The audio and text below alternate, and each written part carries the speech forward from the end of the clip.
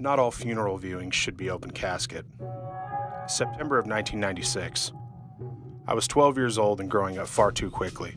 My social circle was a tight-knit band of skaters, punks, metalheads, and delinquents. The common thread was almost all of them were older. A few of us were in the same age group, but nearly everyone we tagged along with were a fair bit older than us. This resulted in being exposed to all manner of things that we likely should not have been. Yet, all things I'm thankful for to this very day. My teen years were anything but boring. That much is certain. Now, BJ was a handful of years older and was the kid who inspired me to pick up a skateboard. In honesty, I kind of idolized the guy and wasn't even entirely sure why, other than he had killer taste in music and he could skate. We lived a couple blocks over and he used to chop it up, skate, talk music, and get into trouble. One day, he jumped a brick wall that had a segment of iron bars on top. His foot slipped off, and he accidentally impaled himself on one of the bars. It punctured his stomach. I remember him proudly showing me the hole in his abdomen when he got out of the hospital a couple days later. To me, being that gnarly was cool, and that was the kind of stuff he was always getting up to. One day, the news hit the neighborhood. Apparently, BJ went out with a girl from the area in the middle of the night. She stole her dad's pickup, and they took it out to the river bottom. She flipped the truck, and he was crushed under the dashboard and killed.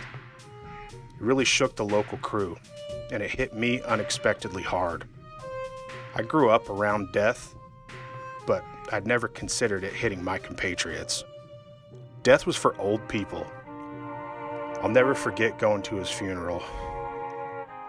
People were walking up the aisle, one at a time, to view the open casket. My friend Chris couldn't do it. He was having a panic attack. He asked me if I'd go with him. Of course, I said yes. We walked up the aisle and stood over his casket. Chris gripped my hand. This wasn't something teen boys do in front of others, but in this case it was. BJ's face was so badly bruised and swollen that he looked like he'd been largely reconstructed out of semi-purple putty. The body in the casket was not my friend. Not our friend. The funeral director was either over his head or didn't bother to explain that this likely should not have been an open casket viewing.